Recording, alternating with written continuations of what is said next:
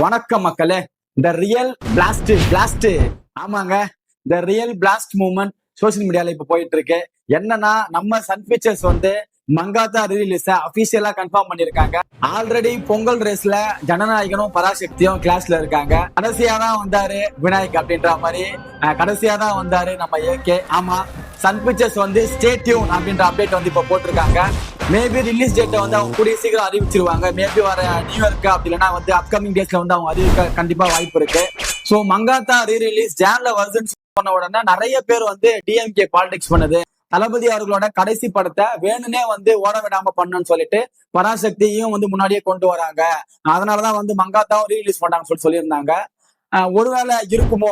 கிட்டத்தட்ட 13-14 வருஷம் ஆயிடுச்சு. ஒவ்வொரு ஏகே பர்த்டேக்கும் அதை வந்து ரிலீஸ் பண்ண சொல்லி ஏகே ஃபேன்ஸ் வந்து கேட்பாங்க. ஆனா அப்பெல்லாம் ரிலீஸ் பண்ணாத படம் இப்ப ரிலீஸ் ஆகுது. அப்புறம் தியேட்டர் ஓனர்ஸ் எல்லாமே இன்சூரன்ஸ் பண்ணி வச்சுக்கோங்க. மங்காத்தா ரீரிலீஸ் வந்து இது வரைக்கும் யாரும் பண்ணாத செலிப்ரேஷனா இருக்கும். கண்டிப்பா இதுக்கு முன்னாடி ரீரிலீஸ் பண்ண எல்லா படத்தோட ரெக்கார்ட்ஸையும் அது பிரேக் பண்ணும்.